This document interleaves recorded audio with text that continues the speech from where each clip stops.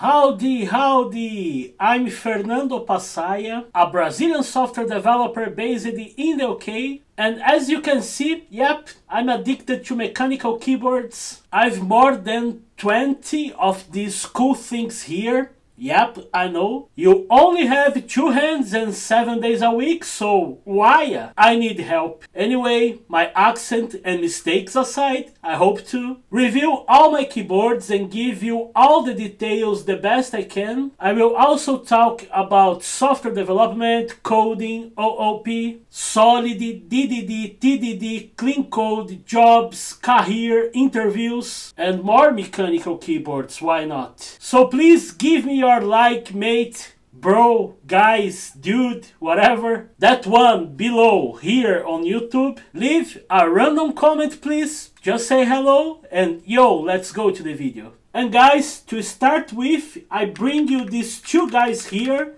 This one is the Akko 5075B Plus V2 Dracula theme. And this one here is the Akko 3087DS Horizon theme. For the first video, this guy here, RGB south facing, RGB here on the sides as well. Lubed Akko cream V3 yellow switches, PBT double shot keycaps, and a gasket mount structure. We have a lot of good things to review on this keyboard. And secondly, this guy here, this is a 8% TKL layout keyboard. Also PBT double shot here, very beautiful keycaps. It also have Akko blue tactile switches, and this keyboard, it's like a truck diesel machine. It's a really nice keyboard, so let's see all the details. And guys, I really love this keyboard, not just because it was a gift from my wife, but I really love the blue color here, and this blue color mixing with this yellow and this black here. I really love this combination. And this keyboard, honestly, is a diesel truck because it's very solid. I have like dozen of plastic keyboards. This is the strongest one. Honestly, I have keyboards that are more solid than this, but they are like aluminum, depending on where you are. Talking about plastic, this is the strongest one, and I will show you why in a few minutes. But before that, looking to the back here, it's very beautiful. You have this place to put the cable here. The cable is connected here. Let me change the side to get the light. This is the connector here. So you can pass the cable here, or you can come here, whatever better for you. And the fits here, they have 2 stages. So first is the lower one, and second is the highest one. They are very solid, very good fits. Here you have this rubber to keep it on your desk. And here, guys, let's go to the details. Let's start taking out some stuff here. This is the keycap. It's really good. It's a double shot keycap. So as you guys can see, this yellow color here comes from the second layer here. So very solid, very good keycaps. Let me take another one from here. It's very, very good. It's really like a premium keycap. I really enjoy the sensation here. It's really good.